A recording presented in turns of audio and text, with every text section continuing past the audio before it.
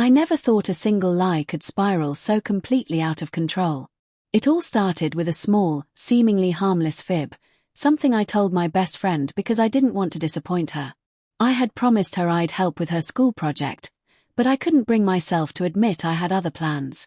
So, I told her I was busy with work, when really, I had just wanted a quiet night alone.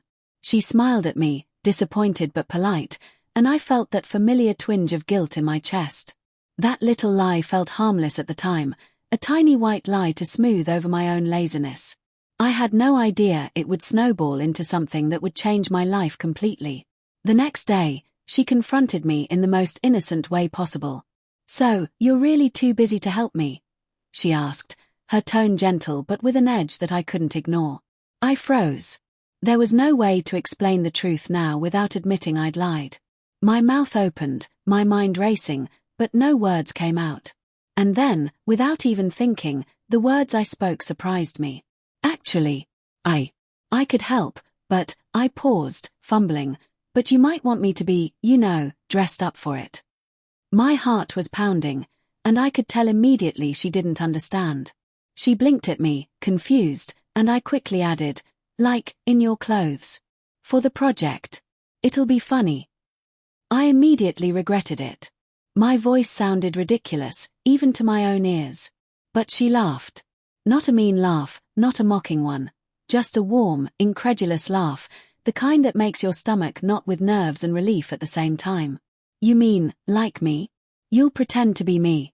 she asked, grinning. And somehow, against all logic, I nodded. It was just for the project. Just one time. That's all I told myself. That night, I rummaged through her closet. The clothes smelled faintly of her perfume, a mix of vanilla and something sweet, and I felt a strange rush of fear and thrill at holding them. I tried on one of her dresses, fumbling with the zipper, my hands shaking. When I finally looked in the mirror, I barely recognized myself. My reflection stared back, wide-eyed, a stranger wearing my best friend's face in the form of her style. The skirt swayed differently than I expected, and the top felt snug in ways that made me hyper-aware of every inch of my body. My hair fell around my face in waves I hadn't experienced before, and for the first time, I wondered what it would feel like to live like this, even for a day. The project day arrived, and I stepped out, hands trembling as I tried to mimic her usual posture, her gestures, her expressions. My heart was hammering in my chest, partly from nerves and partly from some unexplainable excitement I couldn't name. People laughed at first, thinking it was a joke or a dare. But the way I carried myself, the way I responded with her habitual phrases and gestures, made them stop laughing. They looked at me, really looked, and a strange new feeling of confidence stirred within me. It was terrifying, but also exhilarating. By the end of the day, something unexpected had happened. My best friend clapped me on the shoulder, laughing but with a hint of awe in her eyes. "You really pulled it off," she said. "I didn't think anyone could do it like me." I smiled, but inside, I felt a shiver of unease. That small, harmless lie had turned me into something I wasn't supposed to be. Yet, a part of me felt alive in a way I never had before. The next week, more little lies began to pile on top of the first. I had told a few mutual friends about helping her with the project, and now, suddenly, they wanted to see it too. And somehow, I found myself agreeing. I told them I could do it, that I could be her for an afternoon, and again, I dressed up in her clothes, styled my hair, practiced her expressions until they felt natural. With each session, I started noticing little things. The way people reacted to me, the way my own posture shifted without conscious effort, the thrill of inhabiting a persona that wasn't mine but somehow felt like it had always been a part of me.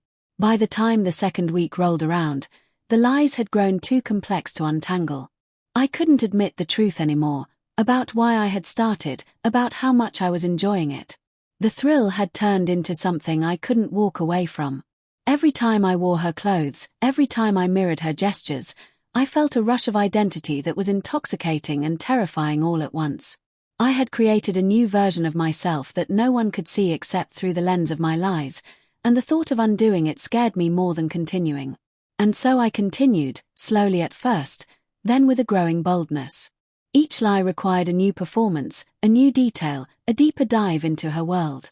I learned her favorite colors, her phrases, the way she laughed when she was nervous, the way she walked down the hallway with that slight sway in her hips. The more I copied her, the more the line between me and her blurred. I began to wonder, who was I really pretending to be, and who was I becoming in the process? The thrill that had started as a joke was evolving into something I could no longer ignore, a part of me that wanted to live as her, even when no one was watching. And that, I realized one quiet night, was when the story truly began. I had crossed a line I couldn't uncross, and the lie that started it all was no longer about avoiding conflict or disappointment. It had become a truth I couldn't let go of, even if I wanted to. The days that followed felt like walking on a tightrope. Each morning, I woke with the nagging weight of the lie pressing down on me, yet somehow, the thought of slipping back into my old self felt unbearable. I started planning my days around her persona, thinking about the clothes I'd wear, the way I'd style my hair, even the subtle inflections in my voice. It wasn't just for other people anymore. It was for me. A part of me had begun craving this new identity, craving the thrill of being someone else while simultaneously discovering parts of myself I'd never dared to explore before. It was during one of these performances that things really started to spiral. My friend had invited a small group over to see the project, but what started as a casual visit quickly turned into an unexpected challenge. One of them, my longtime friend Jake, leaned back in his chair, smirking, and said, "You're actually kind of convincing. It's creepy how much you sound like her." My heart raced. I laughed it off, but inside, a knot tightened. His words made me realize that this wasn't just a simple joke anymore. People were noticing. People were believing in this version of me as her. And part of me wanted that belief. That night, alone in my room, I stared into the mirror, trying to recognize the person looking back. The reflection was undeniably me, but at the same time, it wasn't.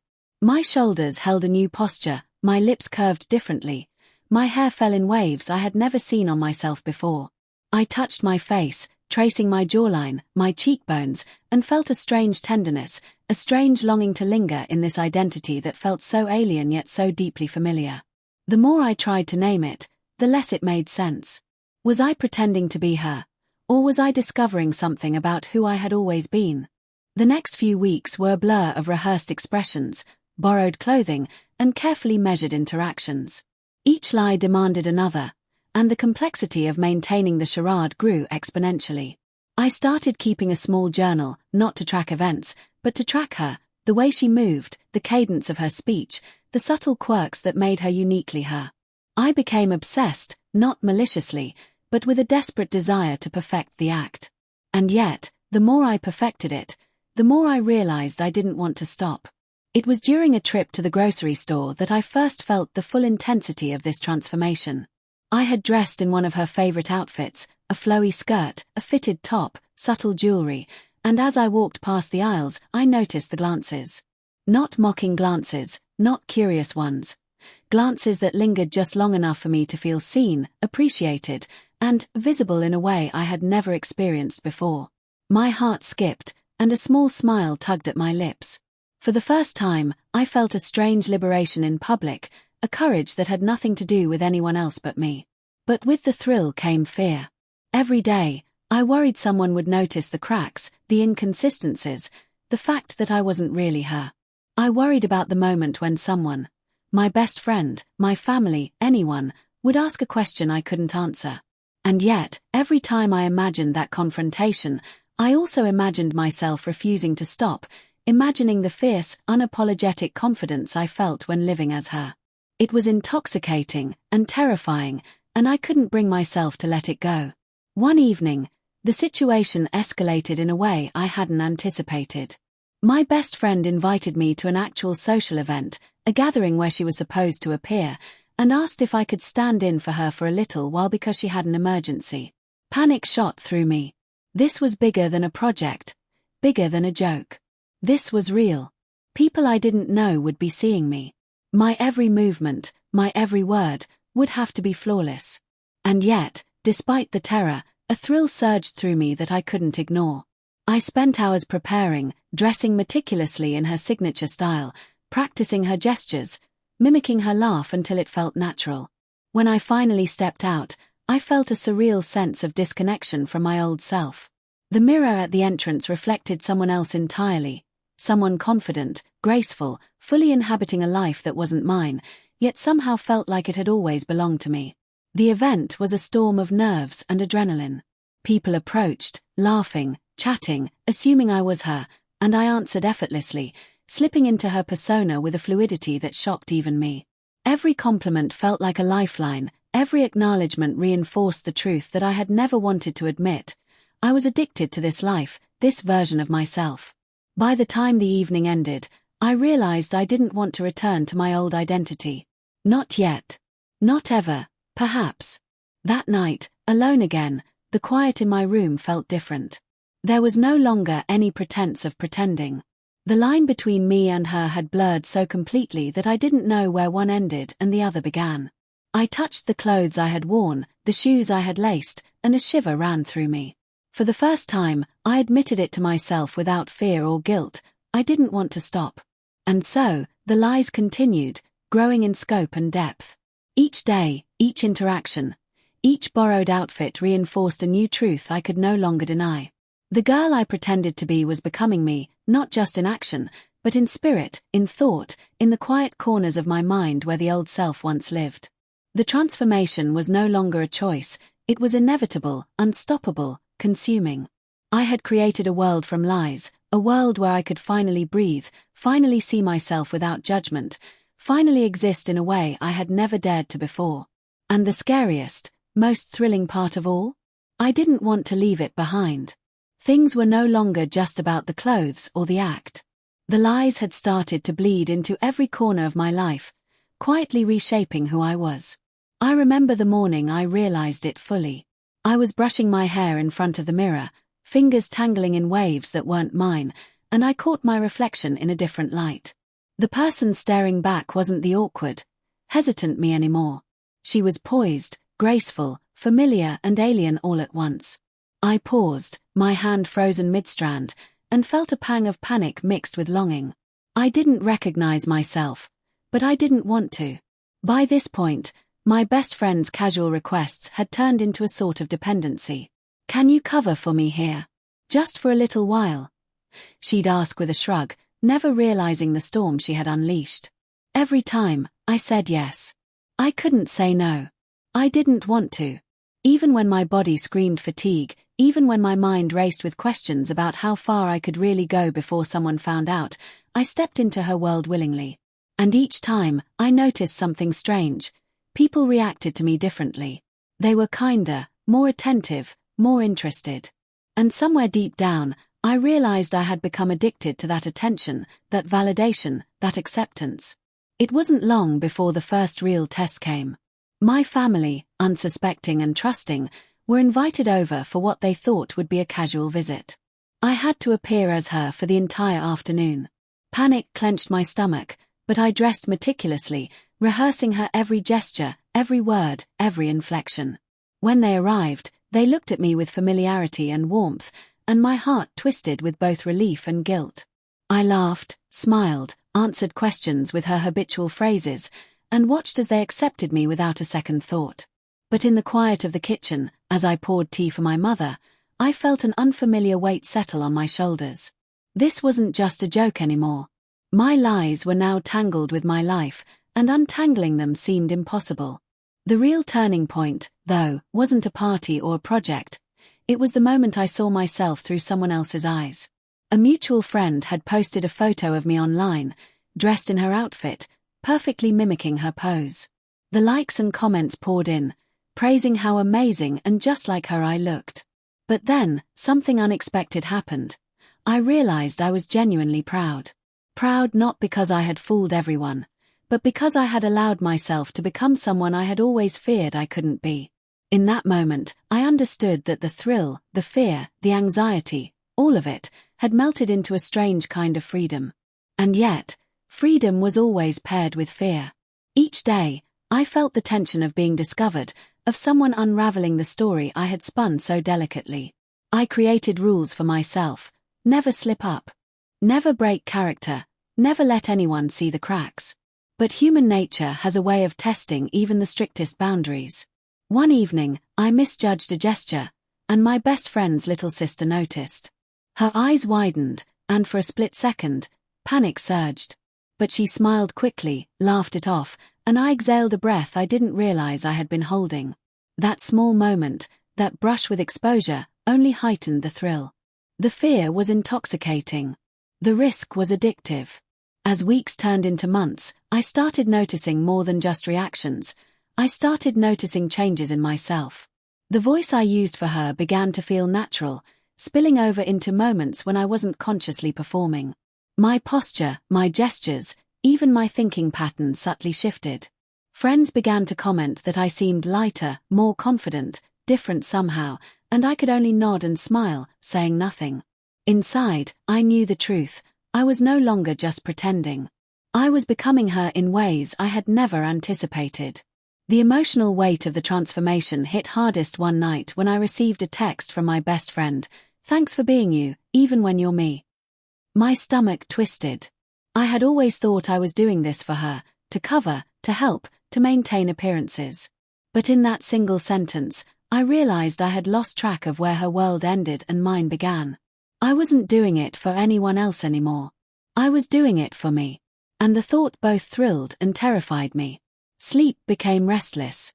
I lay awake, staring at the ceiling, questioning what had begun as a harmless lie. Each night, I felt her essence, her poise, her confidence, her style, creep further into my own identity. And each night, the fear that I could never return to who I had been mingled with the undeniable truth, I didn't want to.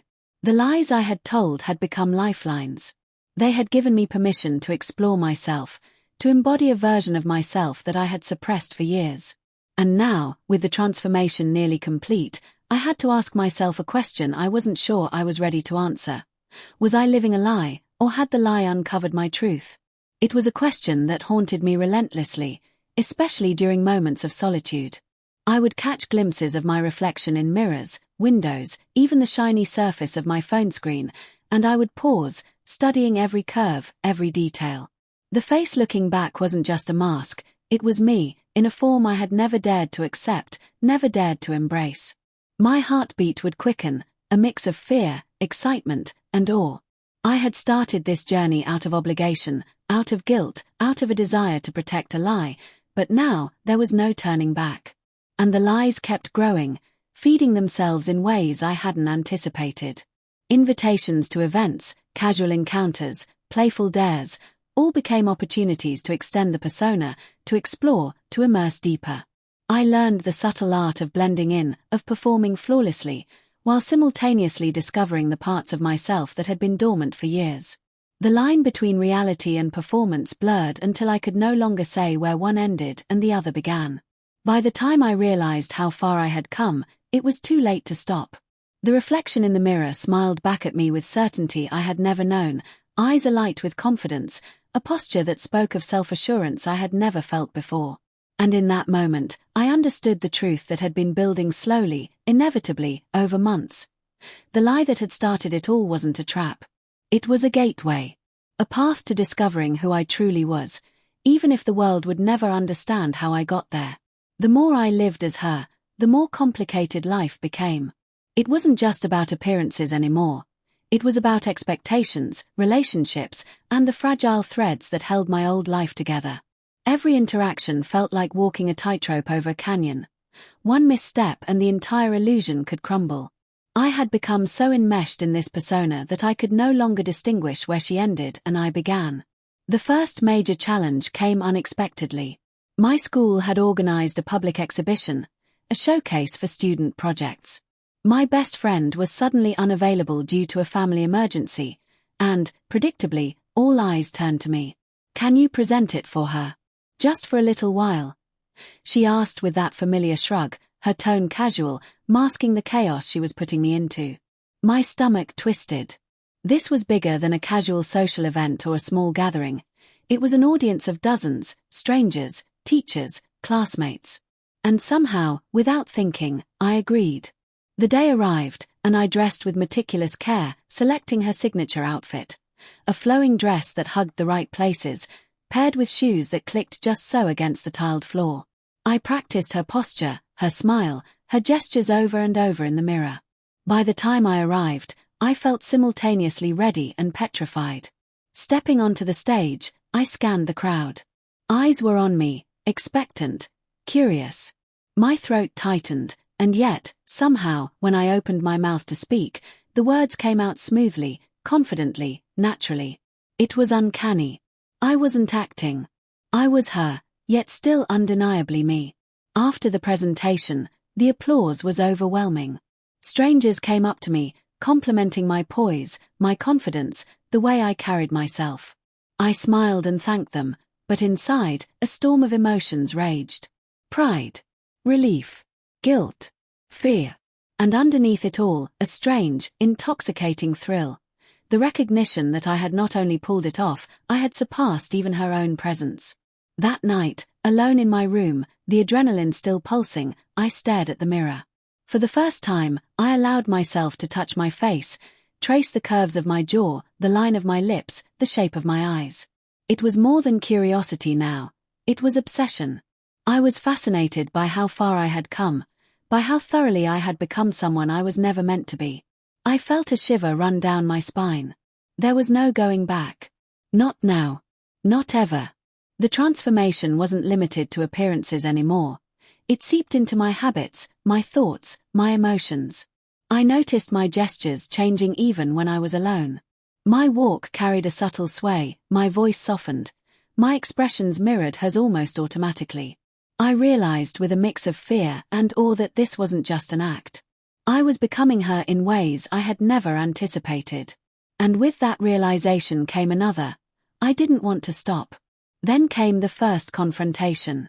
My cousin, visiting from out of town, caught me mid-transformation.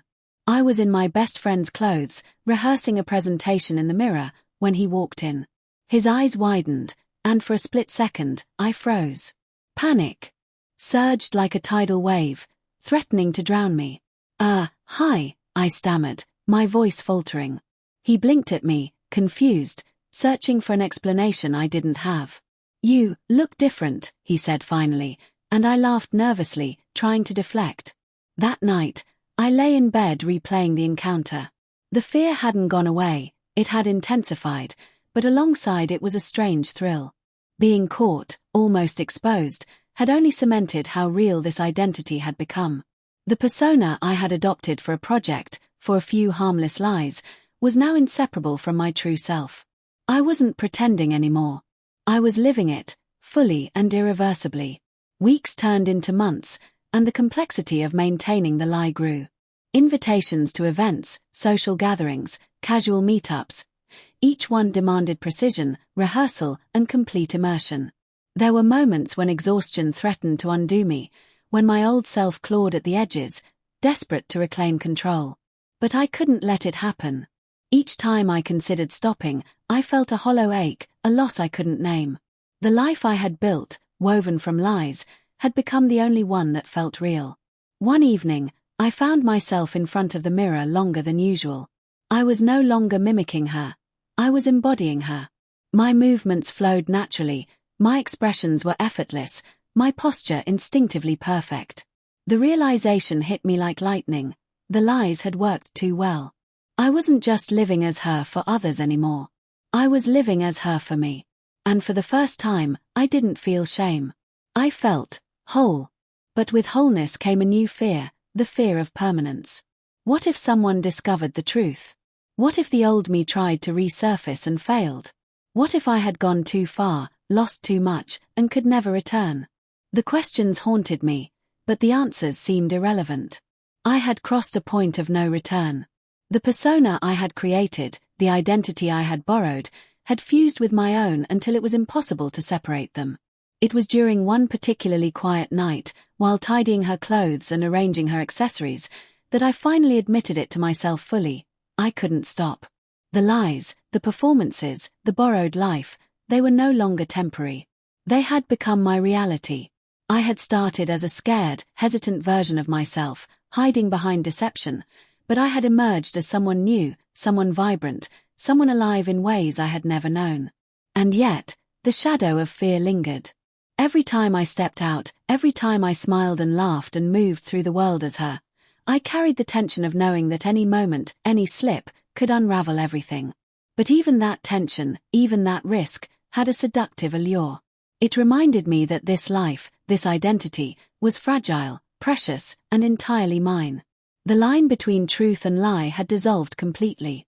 I had become her, not as an act, not as a disguise, but as a transformation that was as thrilling as it was terrifying.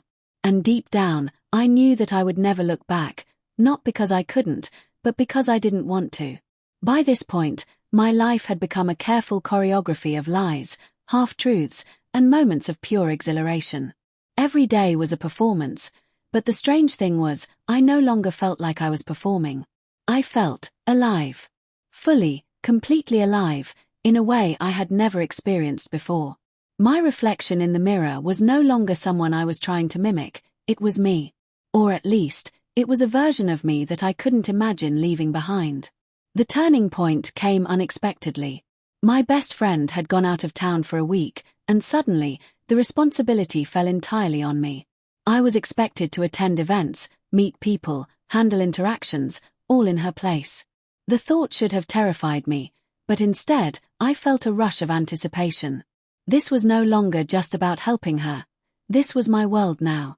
I dressed with meticulous care, choosing outfits that highlighted her style but subtly incorporated my own flair.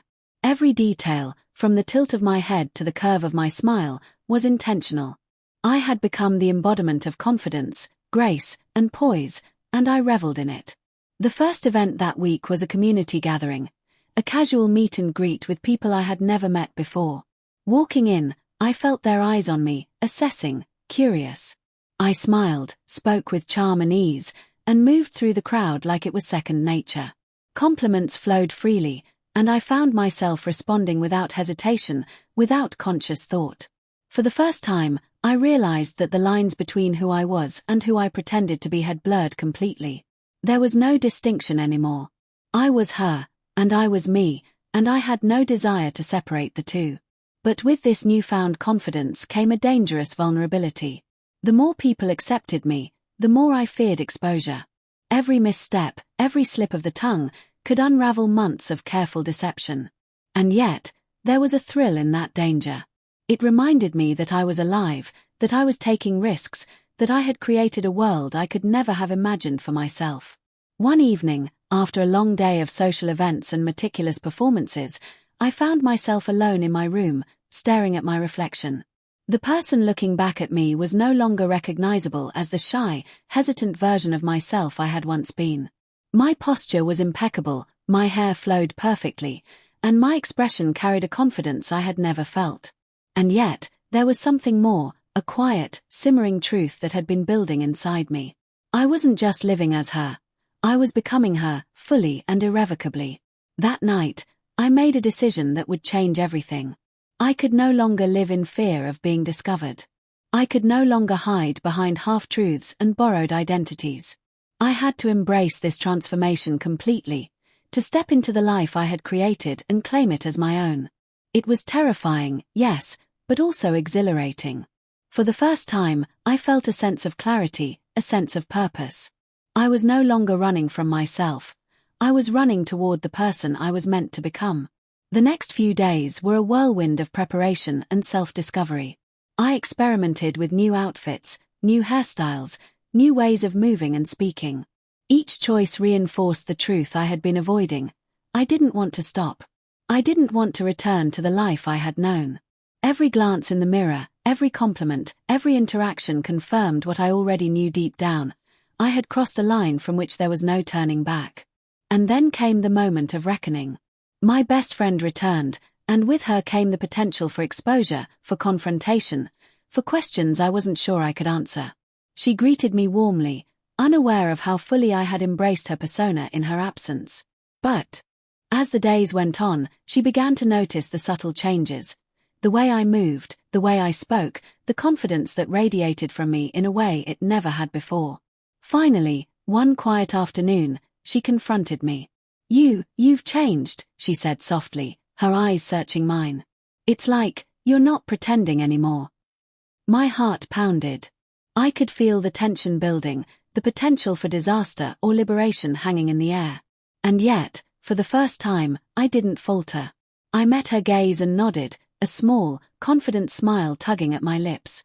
"Yes," I said simply. "I'm not pretending anymore. I can't stop." The words felt like a release, like a confession, like a declaration of independence all at once. My best friend stared for a moment, then smiled, a mixture of surprise, admiration, and understanding in her expression. I get it," she said softly. "You're not just living my life. You're living your own, in a way I think even I couldn't have imagined." And in that moment, I realized the full truth of my journey. What had started as a series of lies, a desperate attempt to cover up mistakes, had become a path to self-discovery, self-acceptance, and transformation. I was no longer afraid, no longer hiding. I had become the person I was always meant to be, even if the world didn't fully understand it yet. From that day forward, I lived unapologetically in this new identity, embracing every aspect of it. The lies that had once trapped me had given me freedom. The fear that had once held me back had fueled my courage. And the reflection in the mirror, once a source of anxiety and doubt, had become a symbol of my resilience, my transformation, and my truth. I couldn't stop living as her, not because I was pretending, but because this life, this identity, had become inseparable from my own. And for the first time in my life, I felt whole, unafraid, and fully alive. The weeks that followed felt surreal. Every day I woke up, looked in the mirror, and saw her face, her posture, her essence reflected back at me. But it wasn't just her anymore. It was me. I had become the fusion of who I had been and who I had pretended to be, a version of myself I never thought I could access. And slowly, I realized that the lie that had started it all had transformed into the most authentic truth of my life. At first, the world still seemed dangerous.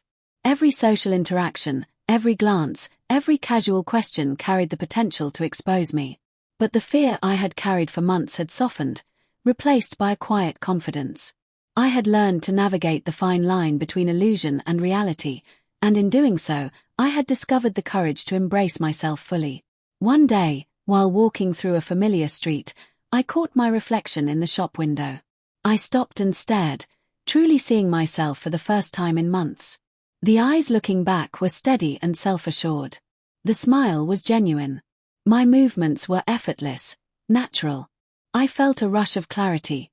The person I had become wasn't a disguise, wasn't a borrowed life, it was who I was.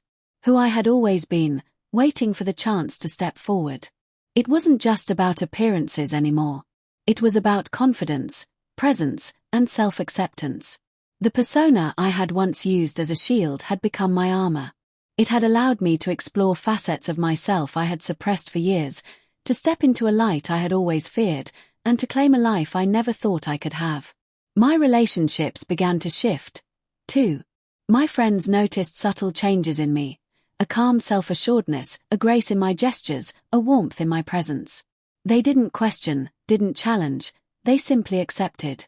And in that acceptance, I found freedom. No longer did I live in fear of exposure. I lived openly, fully, and unapologetically. One quiet evening, I found myself speaking to my best friend about everything. About the lies, the fear, the thrill, the transformation. I told her how it had started as a joke, how it had grown into an addiction, how it had ultimately revealed who I truly was. She listened, eyes wide, then smiled softly. "I think I always knew," she said. "Even when you were pretending, I could see the real you shining through. And now, I think you've finally let it." Her words brought tears to my eyes. It wasn't validation I needed. It was recognition. Recognition that I had survived the lies, the fear, and the chaos. Recognition that I had emerged stronger, braver, and more whole than I had ever been. From that moment on, I stopped thinking of it as pretending. I stopped thinking of it as living a borrowed life. I was living my own life, in a form I had never imagined, in a way I had once feared, but now embraced completely. The lies that had forced me into this path were no longer chains. They were the keys that unlocked a door I had been too scared to open. And as I stood in front of the mirror that night, I didn't just see her. I saw me. Every detail, every gesture, Every expression reflected the journey I had taken, the fears I had faced, the courage I had found. I smiled, fully, genuinely, without hesitation. I had begun as someone trapped by my own lies, scared of exposure and discovery. But I had ended as someone transformed, someone whole, someone unafraid. The path had been unexpected, terrifying, and exhilarating, but it had led me here, to a life that was mine, fully and irrevocably. And for the first time in my life, I didn't just look at the reflection in the mirror. I recognized it. I embraced it. I loved it. And I knew, with every fiber of my being, that I could never go back, not because I couldn't, but because I wouldn't. My lies had forced me to live as her, until I couldn't stop. And when I finally stopped resisting, I discovered the most important truth of all. The person I had become was the person I had always been meant to be.